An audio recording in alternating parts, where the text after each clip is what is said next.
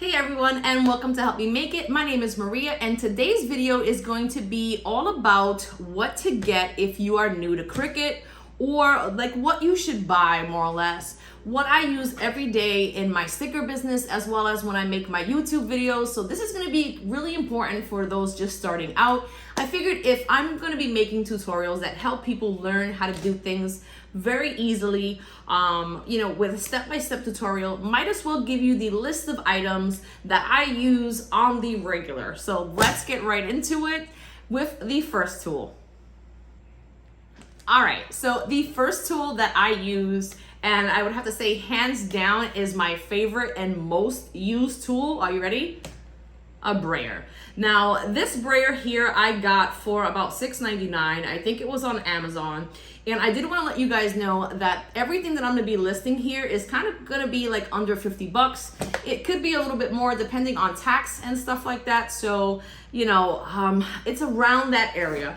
But again, if you wanted to go with like your name brands, like with Cricut items and things like that, that's perfectly fine too.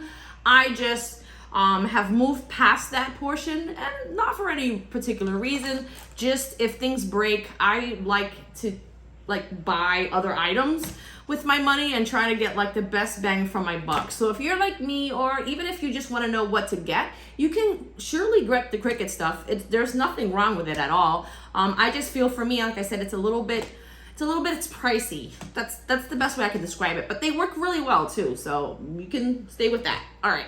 So let's go into the reasons why I say brayer.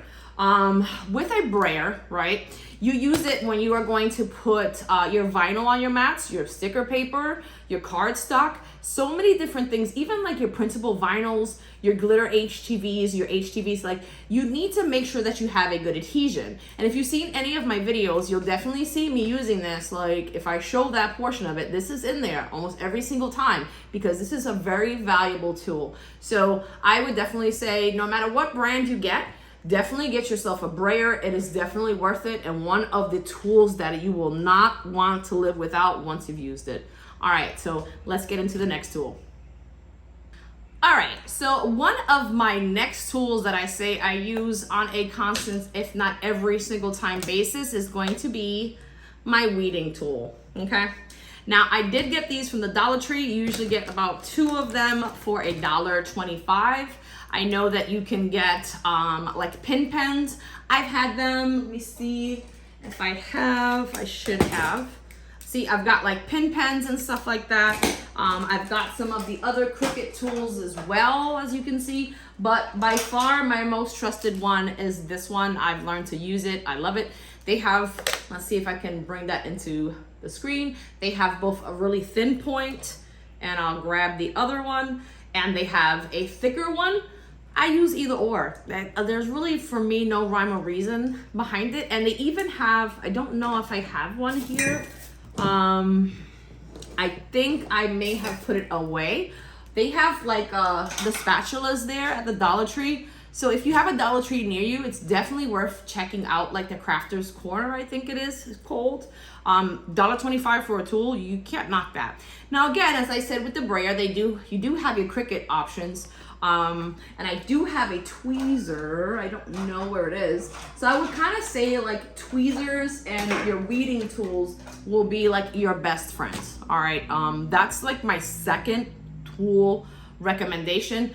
I use my weeding tools to weed out all of my vinyl. I use it to check my mat. So like, let's say if I'm cutting stickers, I lift up the edge just to make sure that the stickers have either cut all the way through, or the same thing with the vinyl. Before I eject my mat, I always try to weed a small portion off. And if it comes off easily, I know it's okay to eject my mat. If it doesn't, go ahead and run that for a second cut. Do that before ejecting your mat, because if you don't, it's gonna give you like a hairline off. You never will get the same cut once that mat has actually come out. So use your weeding tool to definitely check that, and then go ahead and hit that cut button again if you need to. All right, let's get into the next tool. All right, so our next tool is gonna be one that is also near and dear to my heart. These first 3, I use almost every single time. I think even the next one I use every single time as well, no matter regardless of what I'm using, it gets used. So it is going to be your squeegees. Now, if you notice, I only have squeegees with felt tips. I just recently got this one because if you can see, the size difference is huge, right? So if I were to be working, let's see if I can grab myself. All right, so I have a backing to a laminate. So if you can see, right, this is what I cut my laminate down to, okay? And which one do you think would be easier to apply my laminate with? Would it be this one or would it be this one? I would think this one because it goes like almost clear across. So it gives you more of an option. Now, the reason why I go ahead and get this one, and I don't know where my Cricut one is, I thought I had all these things out, but I guess I don't. You know. All right, so one of the reasons why I do get the ones with the tip, the felt tip, is because when you're using like laminates, like glossy or holographic laminates, if you're using like an edge like this, they can sometimes have like little sharp portions of it. That word was hard to say. Little sharp portions to it, and if that gets caught across, it's gonna make scratches on your laminate. This one, not so much, because it's really just a quick swoop that you're doing when you do this. So it's a lot easier to use something like this than like this. I even use this for my vinyl. All right, now I do use this portion, like these sides of it, when I'm going ahead and like making sure that I'm scraping my decals. So for instance, this one here, like I make sure that I just rub like this to make sure that everything's on, and do the same thing in the back to make sure, you know, that everything comes off when I'm peeling my vinyl, okay? Because I don't like issues. I like everything to go smoothly. All right, so let's get into my next tip or tool, whatever you want to say. Let's go. Okay, so my next tip is going to be to always make sure you've got mats on hand. I typically buy this brand right here that you guys can see. I think in the about 3.5, almost 4 years now, I think, that I've been working with my Cricut, I got one bad batch where they were way too sticky. So I have them somewhere over there. Because I said if I ever use like faux leather or something like that, I'll use that, because that's like how strong the stick was. I could not get my stickers off of it. But one time in 4 years is a lot. Now, I only use the blue mats, and I am going to probably get a little bit of flack on it because I know a lot of people say like, oh, use the green one, use the green one. Look, it's really what you like. I can tell you to use a blue one and you find it horrible. I can tell you to use a green one and you would prefer to use a blue one. So it really depends on you and what you like. Now, I use this, you have to use it on your regular maker. I have a Maker 3. And I don't really mess around with smart vinyl. I prefer like just getting my stuff from StarCraft. The prices are like honestly unbeatable, so I stick with StarCraft vinyl and StyleTech and some of the things that I get from 143 Vinyl. Now, one of the things I'm going to mention, I know that a lot of people talk about how to clean your mat and whatnot, like the scraper portion of it, like this. And I don't, again, know where my other one is, but there are Cricut ones that you get, right? You can actually use that like this to get off excess paper. You can use your weeding tool to pull off excess paper. Now, one thing, and again, I'm probably gonna get some flack for this, but it's my opinion, you know.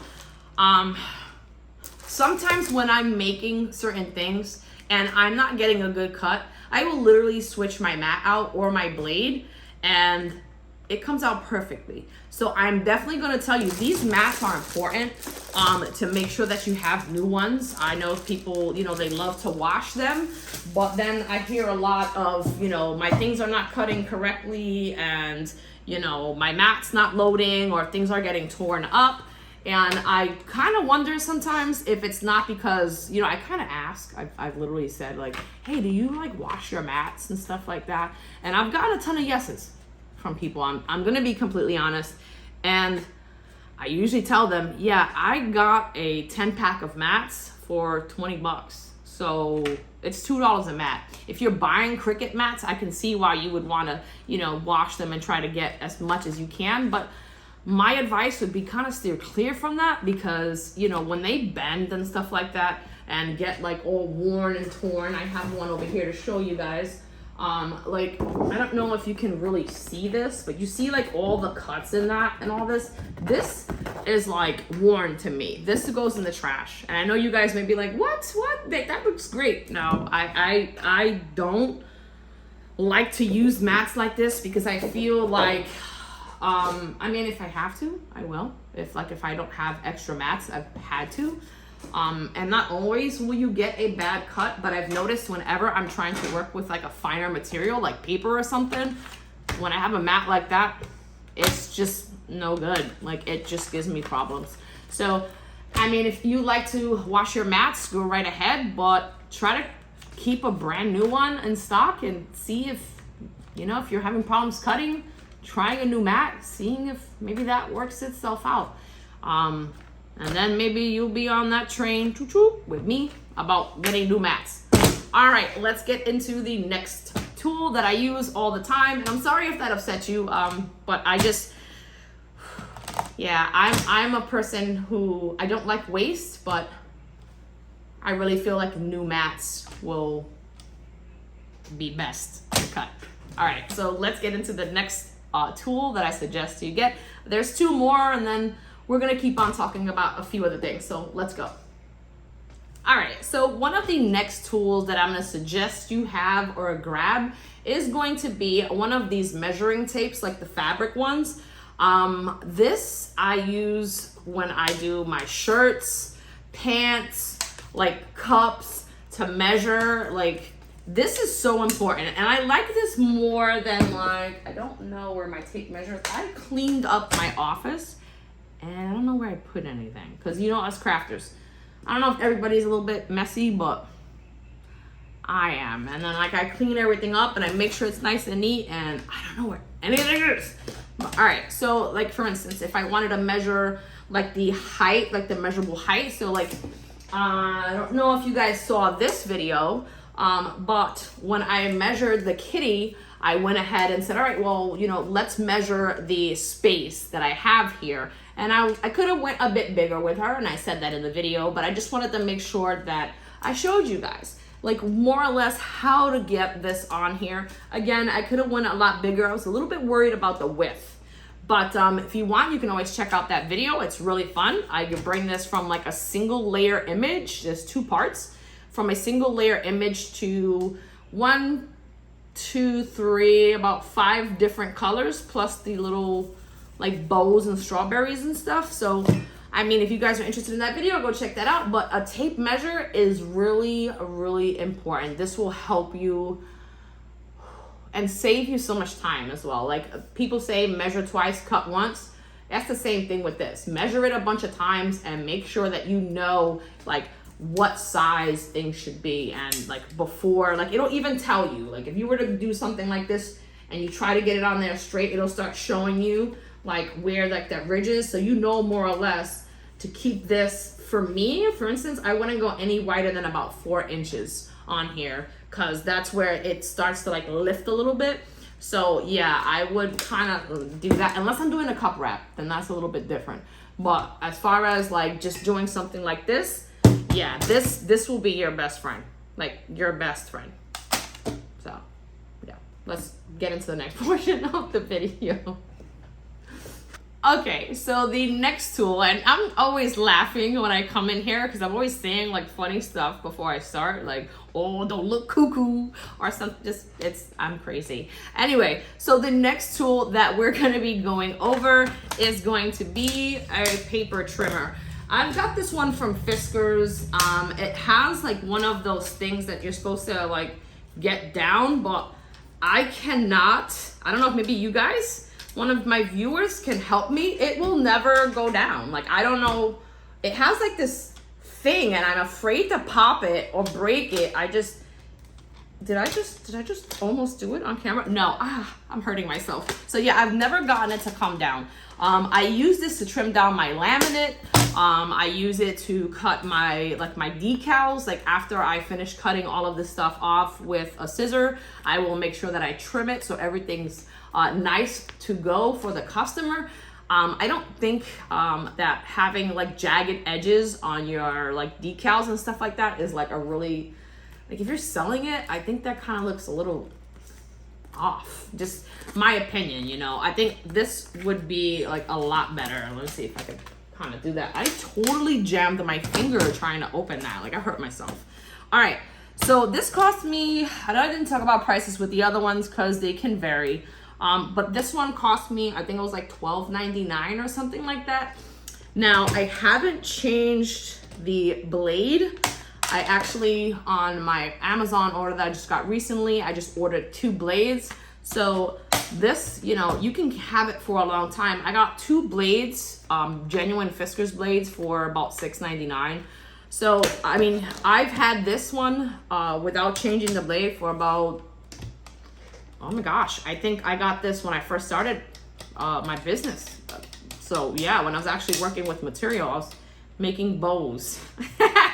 But stickers kind of became my love. Stickers, decals, and working with like other items as well, like stationery type stuff. All right, so that is my last, no, it's not my last. There's one more we're gonna talk about, and it's really important and very inexpensive. It's like $3 at most. So let's get into the next tool that I say you should try to grab for yourself. Let's get into it. All right, so I'm gonna take this time out to say thank you to you guys and give you one more tip. You may wanna buy some blades. I've got a stash of them, like no kidding. I keep blades on me all the time. Right now I've got 3 blades. I think it's about 3 blades in there. Yeah, so I get mine off of Amazon. They're freaking amazing. So I keep them on deck all the time. This is a new one that I just used yesterday. So keep some blades on deck. Now, with that being said, I wanted to say thank you guys for watching. We have reached the end of the video. If you have any tips or questions about anything, please feel free to let me know down in the comments. You guys can like the video. If you haven't already, you can subscribe to my channel. I would really appreciate it. I'm still a small channel, but really growing and really enjoying my trip doing these things. I don't normally show my face. It's mostly just concentrating on the items that I'm working on. I've got a ton of projects coming up. Whew, it's gonna be crazy. Just recently hit, I would say I'm close to 200 at this point in time. So maybe by the time this video comes out, I would have hit 200. So again, I wanna say thank you so much to everybody for watching. If you haven't already, I'm gonna say it again, subscribe, tell your friends about me, go and check out my Facebook group. I've got all my details and all of my socials in the description. So if you guys are looking to, meet up with me, or you want to know what's going to be happening, or even see some behind the scenes, like some bloopers, I do some crazy stuff and say some weird things. So if you guys just want to, like a really good laugh and get to know like the other side of me, not just the teachy part, but like the actual person part, you guys can go ahead and check out my Facebook page for my YouTube channel. You guys can ask questions or show your own projects on there as well, or you can, like I said, join my Facebook group. All right, I don't want to be long-winded, so thank you so much. Have a great day. Thank you for watching. See you later. Bye.